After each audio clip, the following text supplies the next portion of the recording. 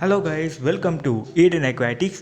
So guys, இன்றைக்கி நம்ம பார்க்க போகிற விஷயம் என்னன்னு கேட்டிங்கன்னா, ஒரு சூப்பரான ஒரு யூனிக்கான ஒரு ஃபிஷ் தான் நம்ம இன்றைக்கி பார்க்க போகிறோம். ஸோ நீங்கள் வந்து உங்கள் வீட்டில் ஒரு டேங்க் செட் பண்ணுறீங்க. அந்த டேங்க் பார்த்தீங்கன்னா ஜஸ்ட் ஒரு 2 ஃபீட் இல்லை 1 ஃபீட் தான் இருக்குது. அப்படின்றனால அதில் மற்றவங்க யாரும் பார்க்காத மாதிரி அது யூனிக்காக டிஃப்ரெண்ட்டாக இருக்கணும்னு நினச்சிங்கன்னா இந்த பிக் பஃபர் ஃபிஷ்ஷை வாங்கி வளங்க. ஸோ இதுக்கு பல பேர் இருக்குது. Picnic buffer fish, Indian draft buffer fish, இல்லாட்டி மலபார் பஃபர் ஃபிஷ். ஸோ இது வந்து நம்ம நாட்டை சேர்ந்த பஃபர் ஃபிஷ் தான். ஸோ இந்த பஃபர் ஃபிஷ்ஷோட வாட்டர் பேராமீட்டர்ஸ் எல்லாமே பார்த்துடலாமாங்க. ஸோ இந்த பஃபர் ஃபிஷ் வந்து பியூர்லி ஃப்ரெஷ் வாட்டரில் நீங்கள் போடுங்க. ஸோ இந்த மீனில் வந்து பிளாக்கிஷ் வாட்டர் தான், பட்டு போர் வாட்டர் நான் வேண்டான்னு சொல்கிறேன். ஸோ ஆர்ஓ வாட்டர் யூஸ் பண்ணுங்கள். ஸோ வந்து இந்த ஃப்ரெஷ் வாட்டர்லேயும் இதால் உயிர் வாழ முடியும். ஸோ எல்லோரும் சொல்லுவாங்க பஃபர் ஃபிஷ் வந்து விஷம் வாய்ந்தது, சரியான டாக்ஸிக் அப்படின்னு சொல்லுவாங்க. உண்மையிலேயே அதுதான். ஸோ எல்லா பஃபர் ஃபிஷ்ஷும் டாக்ஸிக்கானது தான்.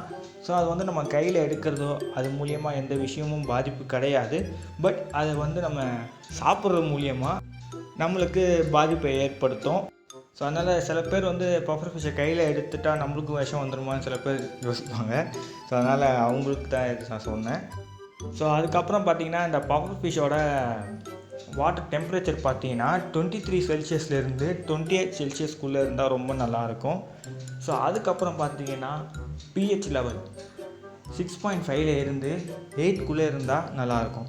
ஸோ பார்த்திங்கன்னா இது வந்து பிகினர் கூட சூஸ் பண்ணி வளர்க்கலாம். நீங்கள் ஒரு நல்ல ஃபில்ட்ரேஷன் அப்படிலாம் வச்சுட்டிங்கன்னா ரொம்ப சூப்பராக இருக்கும்.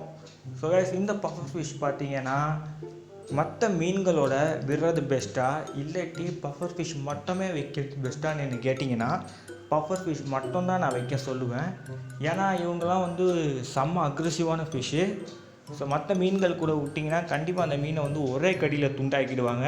ஸோ அதனால் செம்ம அக்ரெசிவான ஃபிஷ்ஷு நான் சொல்கிறேன். ஸோ நீங்கள் கம்யூனிட்டி டேங்கில் போடணுன்னு நினச்சிங்கன்னா நிறைய ஹைடிங் ஸ்பேஸ் கொடுங்க. அது இல்லாமல் ஒரு 5 பஃபர் ஃபிஷ் அதில் போடுங்க. ஸோ அதுதான் கொஞ்சம் அதுங்களுக்கு அக்ரெசிவை கம்மி பண்ணுறதுக்கான வாய்ப்பு.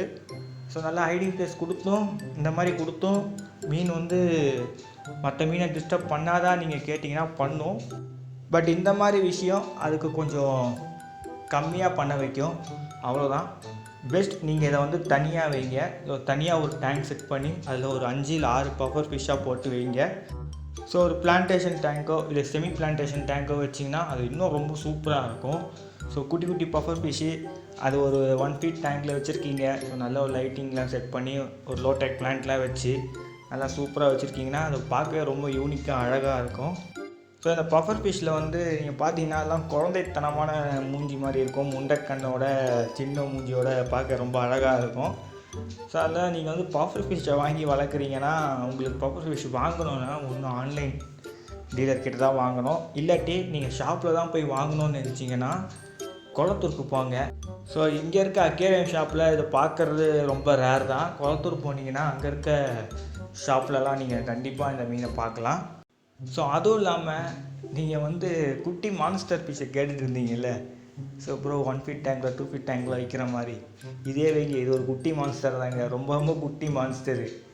ஒரே கடியில் துண்டாக்கிடுவாங்க, அந்த மாதிரி பல்லு இருக்குது கிட்ட. ஸோ கைஸ், பஃபர் ஃபிஷ்ஷை வந்து வாங்கி வீட்டில் வச்சுட்டோம். பட் அதை வந்து நம்ம ஈஸியாக வளர்த்துடலாம். ஆனால் அதை வளர்க்குறதுக்கு நம்ம ஃபீடு கொடுக்கணும் பார்த்தீங்களா, அந்த விஷயத்தை தாங்க இந்த பஃபர் ஃபிஷ் வந்து ரொம்ப கஷ்டமான விஷயமா இருக்கும்.